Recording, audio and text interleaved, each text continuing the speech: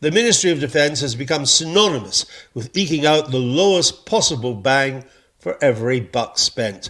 A poster child for burgeoning bureaucratic incompetence, of which we now have more MOD pen pushers than British soldiers capable of being sent to war. Even for a new government, which has proved to be surprisingly accident-prone, there was something especially cack-handed about announcing cuts to our defence capabilities on the same day British-made Storm Shadow missiles were smashing into military bases on Russian soil. The use of US and British longer-range missiles by Ukraine to impede Russian advances has already caused the Kremlin to reissue all manner of blood-curdling threats. So now was surely not the best time to announce £500 million worth of cuts in the UK's naval, helicopter and drone assets. Even the Kremlin must be scratching its head. The government claims it's only cutting obsolete equipment and the savings will be reinvested, which is fair enough. But whereas the cuts are clear for all to see, the replacements, what they'll be, when they'll arrive, remain something of a mystery, which Defence Secretary John Healey has done nothing to illuminate. Take the scrapping or sale of our two biggest amphibious assault ships. Both have been mothballed for some time, as is often the way with such a capability, but could have been sprung into action when required.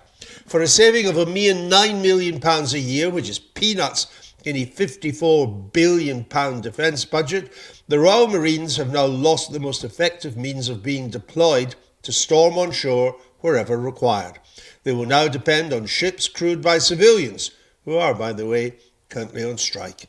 It brings into question the very raison d'etre of the Royal Marines. The same goes for the helicopters and drones, to be culled. Yes, they were past their sell-by dates, but better than nothing, which is what the Army will now have to cope with until replacements arrive at an unspecified date.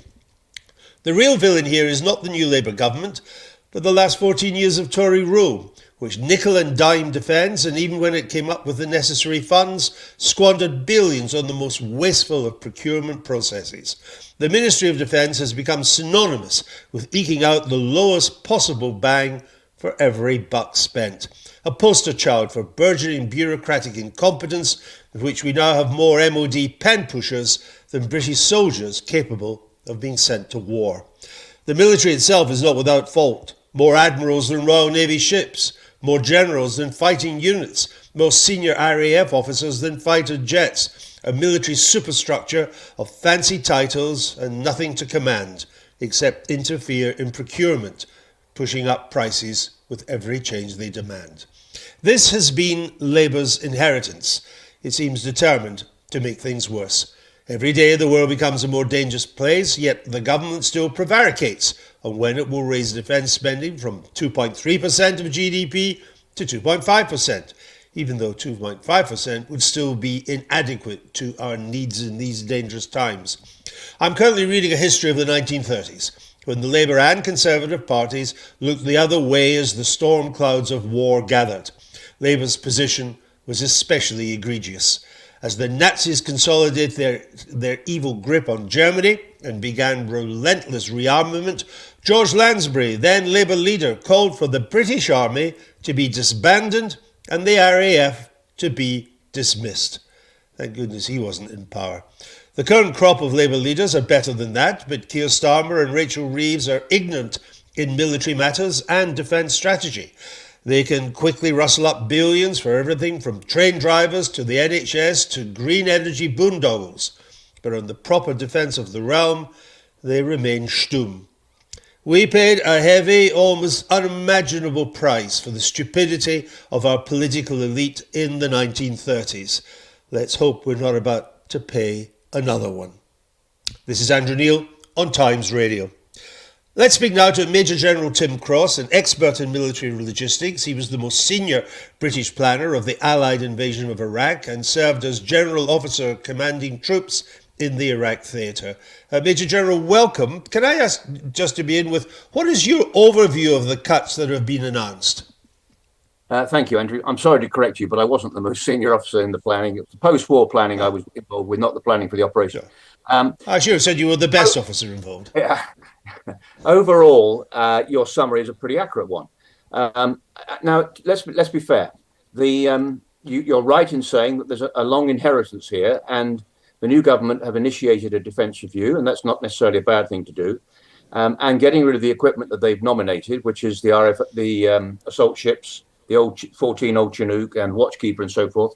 In one sense, is understandable. But the point is, you put your finger on is, okay, those capabilities are gone. What are you going to replace them with? And the problem with the RFAs, for example, is they don't have the command and control capabilities that the Argus and Bulwark and Albion had.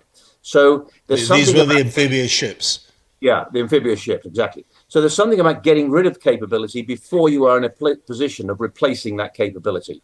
Now, it saves 500 million over 5 years, and even in today's world, 500 million is quite a bit of money. But in the context of the whole, I'm not against the changes. I'm not against getting rid of obsolete equipment and so forth. But the question is, how do you replace that capability? And to do that, we need to move quickly. Again, you've touched on this, but everybody is saying that Russia is a serious threat. Obviously, there's the issue in the Middle East, there's China, Taiwan, and so on and so forth. Everybody is talking about this. I mean, there's programs all the time on this at the moment. And the government seem to genuinely believe that there is a serious threat and a potential for Ukraine to expand, etc., etc. So we need to make decisions now to spend that additional money, because it will take time to bring these new capabilities into place. I have to say, I think. Can I just ask you, what does the loss of the amphibious assault ships mean for the Royal Marines? Well, you've got to have the capacity to.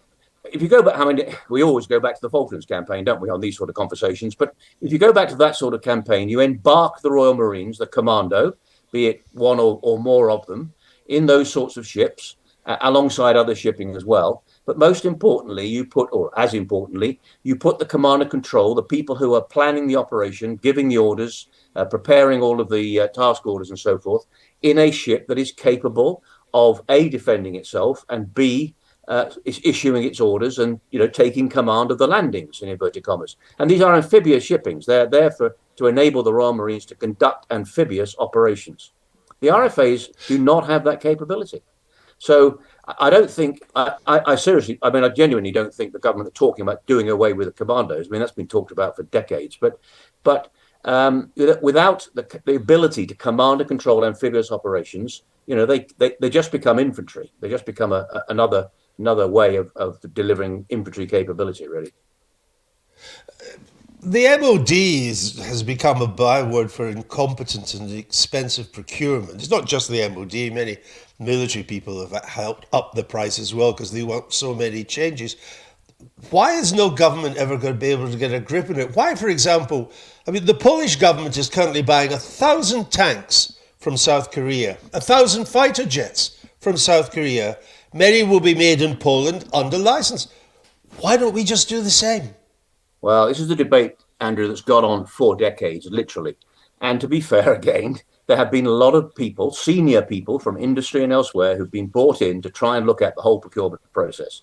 Now, it has to be said, and it should be said, that the large majority of programs that the MOD is involved with in procurement come in on time, on budget. The big headline ones, which we all know about, obviously make the news headlines and are, a lot of money. But the decision whether you buy off the shelf, which is what Poland is doing, or whether you generate your own capability and keep up to speed with all the latest technology, et cetera, is one that everybody talks about. And the ability. So we're buying F-35, for example, which is an American system, but we've got a chunk, 15%, I think, of that capability is UK, in inverted commas, delivered. It is indeed British aerospace, but we can't afford to buy very many. That's the problem. Well, they're so expensive. They're kind of bespoke. We can't afford to buy many. No. We need to buy the ones we've agreed to buy to put on the carriers. But my point is that the balance between, as Poland are doing, and to be fair, Poland actually is a very good example of a country that is now spending 4% of its GDP on defence. Indeed.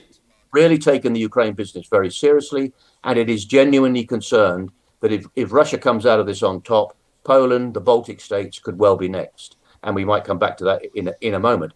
But the UK has always struggled with this balance between buying abroad, buying off the shelf, working in partnership with others, like, particularly in the air world, where we work with others like France, Germany, Spain, Italy, and so on and so forth.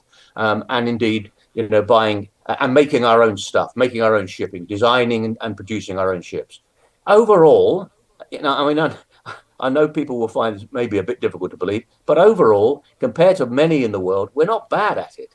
It's a very complicated process. My own son was a nuclear submariner, and the new astute submarines are a hugely complicated program. And not surprisingly, people are flawed and things go wrong, and it's not perfect. But overall, I would defend the procurement system to some degree. There are clearly areas where it's not good, but Right. I wish I had time to give you lots of examples where it wasn't so good, like the aircraft carriers.